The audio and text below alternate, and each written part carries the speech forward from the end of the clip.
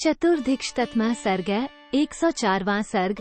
वशिष्ठ जी के साथ आती हुई कौसल्या का मंदाकिनी के तट पर सुमित्रा आदि के समक्ष दुःखपूर्ण उद्गार। श्री राम, लक्ष्मण और सीता के द्वारा माता की चरण वंदना तथा वशिष्ठ जी को प्रणाम करके श्री राम आदि का सबके साथ बैठना। महर्षि वशिष्ठ जी महाराज दशरथ की रानियों को आगे करके श्री रामचंद्र जी को देखने की अभिलाषा लिए उस स्थान की ओर चले जहां उनका आश्रम था।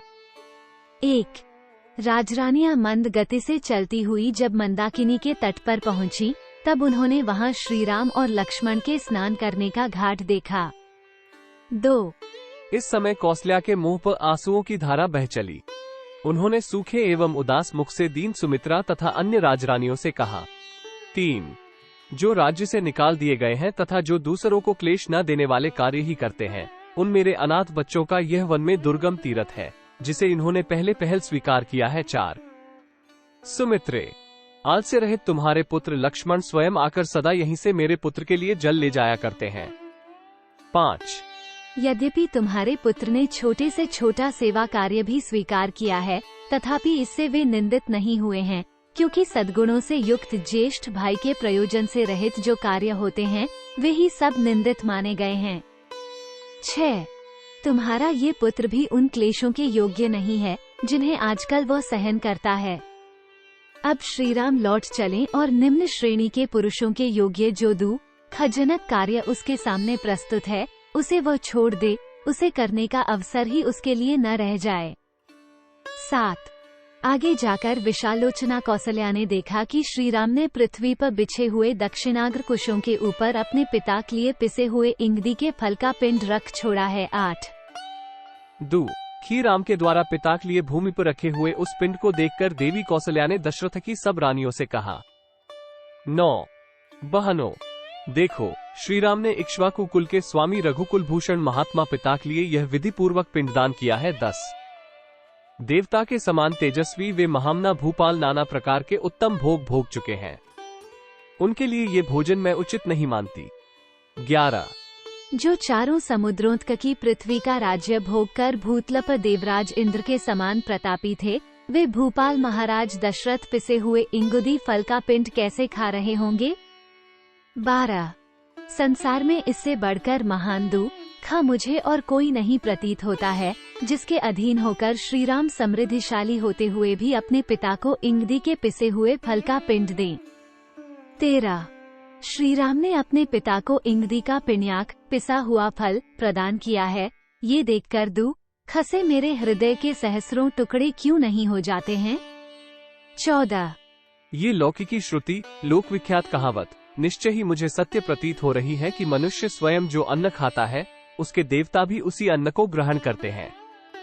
15 इस प्रकार शोक से आर्त हुई कौसल्या को उस समय उनकी सोते समझा बुझाकर उन्हें आगे ले गई। आश्रम पर पहुंचकर उन सबने श्रीराम को देखा, जो स्वर्ग से गिरे हुए देवता के समान जान पड़ते थे। 16 भोगों का परित्याग करके तपस्वी जीवन व्यतीत करने वाले श्रीराम को देखकर उनकी माताएं शोक से कातर हो गईं और आर्तभाव से फूट फूट कर रोती हुई आंसू बहाने लगी। 17 सत्य प्रतिज्ञ नरश्रेष्ठ श्रीराम माताओं को देखते ही उठकर खड़े हो गए और बारी बारी से उन सबके चरणारविंदों का स्पर्श किया। 18 विशाल नेत्रों वाली माताएं स्नेहवश, जिनकी उंगलियां कोमल और स्पर्श सुखद था, उन सुंदर हाथों से श्रीराम की पीठ से धूल पोंछने लगी। 19 श्रीराम के बाद लक्ष्मण भी उन सभी दुखिया माताओं को देखकर दुखी हो गए और उन्होंने स्नेहपूर्वक धीरे धीरे उनके चरणों में प्रणाम किया। 20 उन सब माताओं ने श्रीराम के साथ जैसा बर्ताव किया था, वैसे ही उत्तम लक्षणों से युक्त दशरथ नंदन लक्ष्मण के साथ भी किया। 21 तदनंतर आंसू भरे नेत्रों वाली दुखिनी सीता भी सभी सासुओं के चरणों में प्रणाम करके उनके आगे खड़ी हो गई। 22 तब दुःख से पीड़ित हुई कौसल्या ने जैसे माता अपनी बेटी को हृदय से लगा लेती है, उसी प्रकार वनवास के कारण दीन दुर्बल हुई सीता को छाती से चिपका लिया और इस प्रकार कहा। 23 विदेहराज जनक की पुत्री राजा दशरथ की पुत्रवधू तथा श्रीराम की पत्नी इस निर्जन वन में क्यों दुःख भोग रही है। 24 बेटी, तुम्हारा मुख धूप से तपे हुए कमल, कुचले हुए उत्पल, धूल से ध्वस्त हुए सुवर्ण और बादलों से ढके हुए चंद्रमा की भांति श्रीहीन हो रहा है। 25 विदेह नंदिनी।